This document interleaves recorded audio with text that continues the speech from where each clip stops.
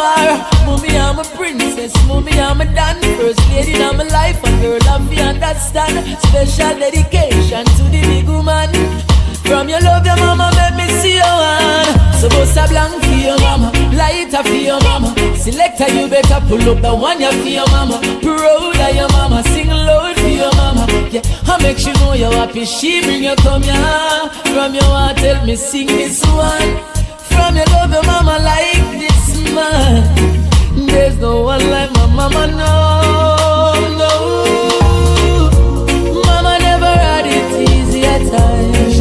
Sometimes she cried. Many days I don't know how we survive. She said, no worry, it will be fine. We held on cause of mama's teachings. And in the scripture she placed her beliefs in. Real thing, if I never mama, I wouldn't believe it. So bust a blank for your mama, lighter for your mama. Selector, you better pull up the one you for your mama. Proud of your mama, sing loud for your mama. Yeah, I make sure know you're happy, she bring you come here. From your heart, tell me sing this one. From your love, your mama like this man. There's no one like my mama, no, no. Hey yo, I feel my mama this.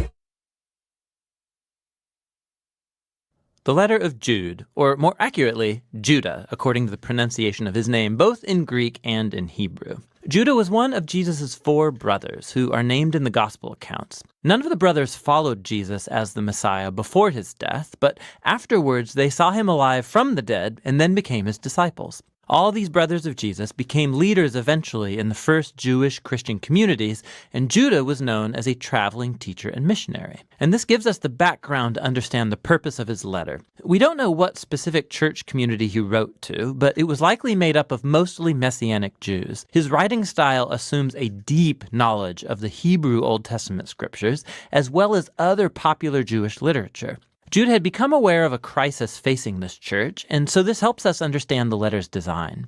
It begins with an opening charge, followed by a long warning and accusation against corrupt teachers who had influenced this church. And then Judah closes by completing the charge about what this church is supposed to do. Judah begins by charging this church to contend for the true Christian faith. He says his plan was to write a longer work that explored our shared salvation through the Messiah.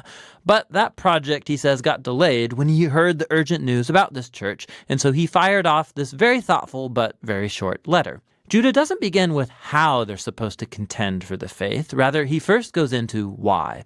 It's because of the corrupt teachers who have infiltrated this church. And it's not their teaching that he targets, but their way of life. Their moral compromise is what tells you they have bad theology. First of all, they've distorted God's grace as a license to sin. They think that they're forgiven and they have God's